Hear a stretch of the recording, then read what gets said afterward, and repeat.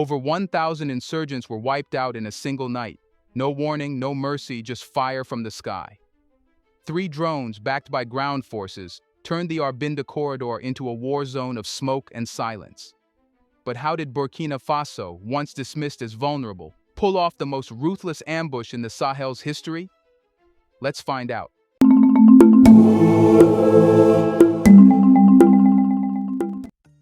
Before the drones ever took flight, before the Cobra commandos moved into position, before a single bullet was fired, Burkina Faso was already at war. Not the kind that makes headlines or fills television screens, but the silent kind. The kind fought in the shadows, where intelligence is more valuable than artillery, and whispers decide the fate of entire battalions. It began months earlier. Captain Ibrahim Traoré had just tightened his grip on power and made one thing brutally clear. Burkina Faso would not wait for anyone to rescue it. The foreign military bases had been shown the door. International aid came with too many strings. What he needed now wasn't more money or speeches, it was information.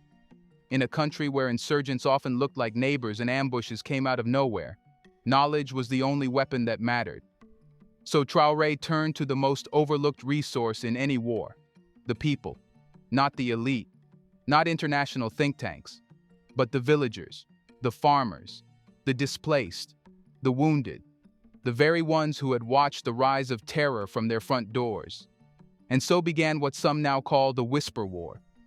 Across northern provinces, discreet networks of civilian informants were reactivated and expanded. But these weren't traditional spies.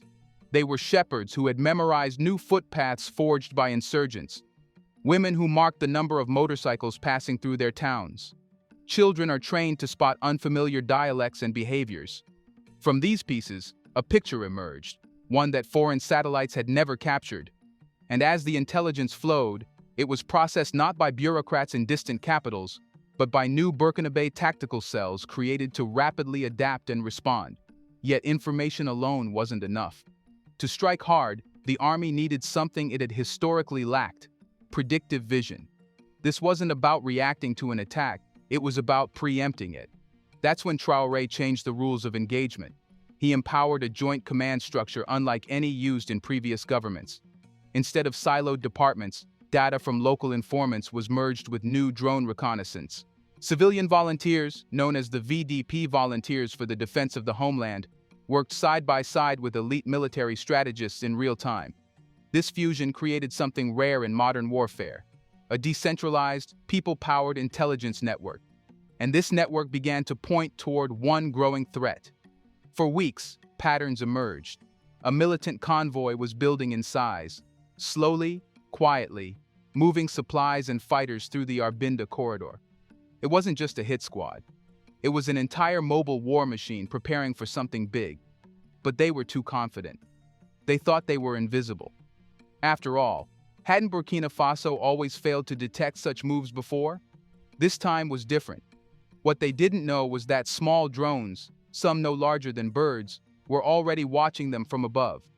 Some hovered for hours, camouflaged by the sun, mapping every turn the convoy made. Others moved ahead to confirm ambush points. Burkina Faso engineers had recently upgraded these drones with better range and visual targeting, not with Western contractors, but with local expertise and cooperation with new allies from outside the traditional Western sphere. Back on the ground, snipers were being trained in new strategic kill zones. The VDP militias dug hidden bunkers near natural choke points.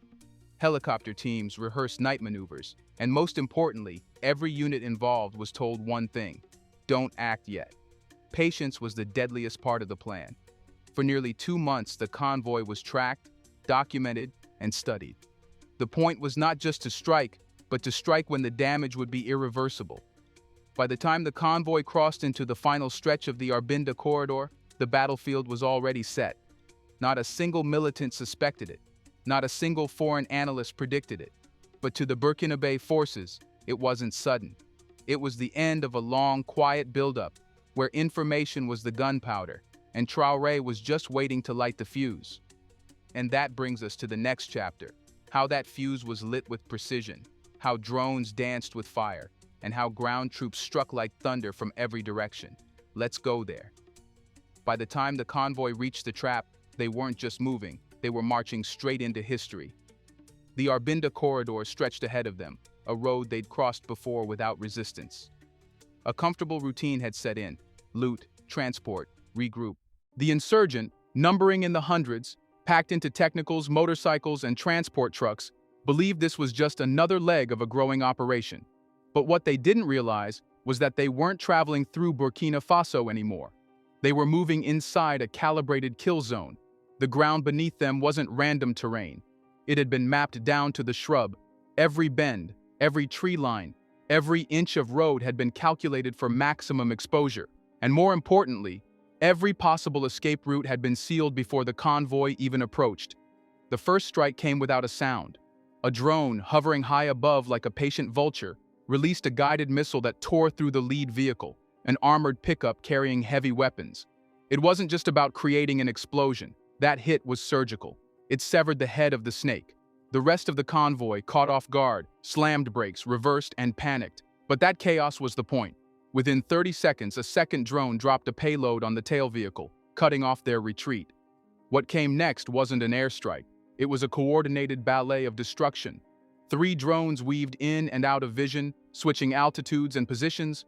They weren't just bombing, they were herding. They pushed the insurgent toward choke points where Cobra commando teams had already taken position. The ground teams didn't fire immediately. They waited, watched, as confusion turned to desperation. Then came the signal. Not a trumpet, not a radio message, just the third drone cutting its lights and hovering motionless above the center of the convoy. It was time. From the tree lines, snipers unleashed pinpoint shots, taking out commanders, spotters, and radio operators first. These weren't lucky shots. Every target had been rehearsed, their faces memorized through weeks of surveillance. As leadership inside the convoy collapsed, a full-scale ground assault erupted. Cobra commando units advanced from the north, while BIR forces swept in from the east, forming a brutal pincer. Helicopters roared in from a nearby base, laying down suppressive fire with machine guns while flares lit up the sky. This wasn't just about death, it was psychological dominance. Every sound, every flash, every move was orchestrated to break the insurgents' rhythm, to make them feel hunted. But there was something else that made this ambush unlike any the Sahel had seen before. The volunteers for the defense of the homeland. These were not career soldiers. They were farmers, ex-mechanics, shopkeepers, trained fast, deployed faster. And yet, on that night, they fought with a fury and precision that stunned even the elite forces beside them. Having lost family and homes to the insurgency, their rage had purpose. And under Traoré's new doctrine, they were no longer secondary players. They were the front line. The insurgent tried to scatter, but even those who fled into the brush met their end. Tripwire explosives had been laid along escape routes. Anti-personnel traps ensured no easy exit. For 6 hours the battle raged, but calling it a battle misses the point. It was an execution, measured, coordinated, and absolute. By sunrise, smoke hung in the air like a curtain of mourning. Over 1,000 insurgents were down. Dozens more crawled away, bleeding into the sand, many of them captured alive, each a source of future intel. Not a single Burkina Faso village had been touched. Not a single innocent life was lost. But perhaps the most powerful image wasn't the destruction itself. It was what came after. Soldiers didn't celebrate. There was no looting, no gloating, just calm, controlled withdrawal. Drones circled once more, not for strikes, but for confirmation. And as radio silence lifted and the code word for mission success was transmitted, messages of the victory began spreading. Not through official press releases, but through people. Word of mouth, phone calls, shared video clips. The country learned about the ambush not from generals, but from each other. This was more than military. It was cultural. Something old and broken had just been buried in that corridor. But what rose in its place? What tools gave Burkina Faso this new edge? And how did drones, often dismissed as toys of rich nations, become the nation's deadliest sword? Let's find out. Here's a reminder to please like and share the video and subscribe to our channel to watch more videos on Black culture, history, civilization, and identity. Let's continue now. When the last gunshot echoed off the Arbinda corridor and the dust began to settle, it was clear that the true architect of the operation wasn't just on the ground. The real turning point had unfolded in the sky. The 3 drones that had executed the strikes weren't just machines, they were instruments of a new era, and they didn't arrive by accident. Long before that night, Captain Ibrahim Traoré had understood something most of the region's generals ignored. Warfare had evolved. The enemies in Burkina Faso weren't massing in tanks or marching in columns. They were hiding in plain sight, blending with the terrain, adapting with terrifying speed. Fighting them required not just courage, but eyes that never blinked. And so, quietly and without fanfare, Traoré invested in the one domain that insurgents feared but couldn't control: the air. Unlike flashy purchases made for show, Burkina Faso's drone program grew in the shadows. These weren't surplus imports from old Western warehouses. They weren't hand-me-downs from NATO partners. No, this program had fingerprints from a different direction. Alliances that the West might frown upon, but which offered technology with fewer strings and far more precision. Traoré didn't just buy drones. He built a doctrine.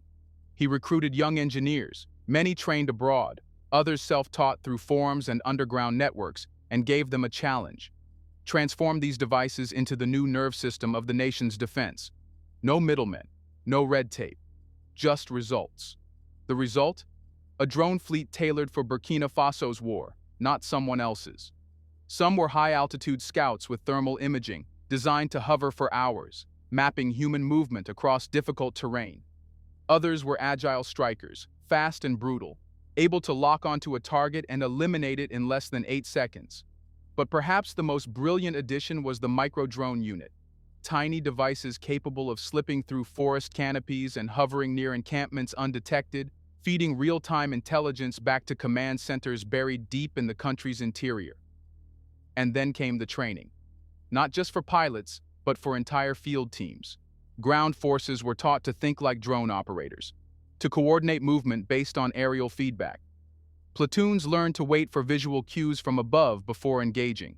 Laser targeting was integrated into helmets, and even VDP fighters, once poorly equipped and tactically isolated, were given simplified drone interfaces to help spot, mark, and track enemies during patrols. Suddenly, the entire battlefield became interconnected. It wasn't about firepower anymore. It was about awareness. Insurgents found themselves walking into ambushes that seemed psychic. Camps were hit hours after being built. Convoys were obliterated before their scouts even sent warnings. Confusion reigned in insurgent radio chatter. They spoke of betrayal, of invisible soldiers, of supernatural enemies. But it wasn't magic. It was math, code, and the decision to let drones become more than tools. They became teammates. What made this transformation even more remarkable was how quickly it happened. Within months of Traoré's drone directive, Burkina Faso's military began operating with what analysts described as fourth-generation coordination. That's military speak for seamless integration of air, land, and intelligence in real time, something even many richer countries struggle to implement. And yet, here was a landlocked West African country, once mocked as defenseless, deploying synchronized drone strikes and ground coordination that left hardened insurgents scrambling for survival. This technological leap had ripple effects far beyond the battlefield. It redefined what Burkinabe leadership looked like. No longer just about speeches or uniforms, it was about vision. In Traoré, many saw not a traditional president, but a systems builder, a man who saw sovereignty not just in borders, but in bandwidth. His drone doctrine was a mirror held up to the world. It said, "We do not need your outdated blueprints. We are writing our own." But as the world watched drone footage go viral and headlines marveled at Burkina Faso's deadly precision, one question loomed louder than ever. What message was Traoré sending to his people, to the insurgents, and to the foreign powers still circling the Sahel like vultures? Victory is intoxicating. It energizes nations, boosts morale, and silences critics. But it also brings something far more dangerous: expectations. The ambush in Arbinda wasn't just a tactical win, it was a rupture in the narrative, a night that flipped Burkina Faso's image from victim to vanguard. Captain Ibrahim Traoré had thrown a stone so large into the stagnant waters of Sahel geopolitics that its ripples reached beyond borders. But now that the dust has settled, the real question emerges. What now? The sheer scale and precision of the operation have set a new standard, not just for enemies, but for the Burkina Faso people themselves. Traoré has raised the bar. He's shown what the state can do when it stops depending and starts deciding. But with that comes a paradox. Anything less from this point forward will feel like failure. This is the burden of success. With the public now awakened to what local defense forces and national leadership can achieve, every future attack, every incursion, every tragedy that slips through will be met not with sympathy, but with demand. Where once people asked, "Can our army do this?" they'll now ask, "Why didn't they?" And that's where the test begins, not on the battlefield, but in sustainability. Because as efficient as the ambush was, operations like these are costly, not only in terms of equipment and ammunition, but in logistics, human coordination, and most critically, intelligence maintenance. Surveillance systems must run around the clock. Informant networks need protection. Drones require software updates, fuel, and repairs. Soldiers need rest, retraining, and most of all, trust that the state has their back long after the battle is over. And this infrastructure cannot be patched together with adrenaline and patriotism alone. What's more, the psychological toll of this kind of warfare, fast, high-tech, and always on, can wear down even the most motivated forces. Volunteers, for all their bravery, aren't machines. The moment fatigue sets in or communications lag, the advantage slips. Meanwhile, the enemy isn't static. Militant groups, although bloodied, are not extinct. Operations of this magnitude often provoke them to regroup in new formations, smaller cells, deeper hideouts, shifting routes. Some may even cross borders, dragging Burkina Faso into tense standoffs with neighbors whose own security systems are less advanced or less committed. As the country asserts itself militarily, it could also risk becoming a regional magnet, drawing in threats it didn't ask for. Then there's the political terrain. Traoré's leadership, built on boldness and defiance, thrives on momentum.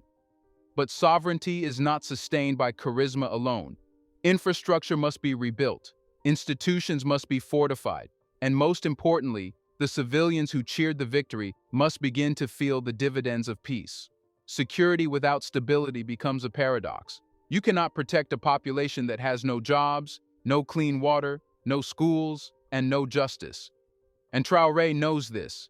He has already begun experimenting with military-led development programs, troops building roads, growing food, even helping restore local markets. But the road from emergency defense to long-term governance is long, winding, and full of landmines, some political, others literal. Externally, the ambush has also complicated Burkina Faso's position. Yes, the world took notice, but not all eyes watching are friendly. International powers that were once dismissive now look with a mix of curiosity and suspicion. How did a country under sanctions pull off such a coordinated strike? What new alliances made this possible? And more importantly, will others in the region try to follow Traoré's model? These are not small questions. They are tectonic shifts. Burkina Faso is no longer seen as a client state waiting for directives. It is now a symbol, a precedent. And that makes it a target not just for insurgents, but for geopolitical manipulation. The real war, some might say, is just beginning. Building a sovereign state is not just about pushing out foreign soldiers or dropping missiles on insurgents. It's about creating a system that can survive victory. A system that doesn't crumble under pressure, lose focus in peacetime, or forget who it's supposed to serve. Traoré's drones may have cleaned the corridor, his commandos may have taken out the convoy, but now his greatest battle is a slower one, a quieter one. The war for endurance, the war for legitimacy, the war for a future where Burkina Faso is not just free, but unshakable. And this time, the battlefield is the nation itself. Do you think it is time for more nations to follow Traoré's footsteps? Can they do it? Let us know in the comments section. Are you ready to see Africa fighting itself? Do you want to watch more videos like this one? If so, subscribe to our channel and press the bell icon next to it. We have decided to bring videos on something nobody talks about: the Black culture, civilization, history, and evidence about how glorious Blacks have been. Thanks for watching, and until the next video, stay tuned.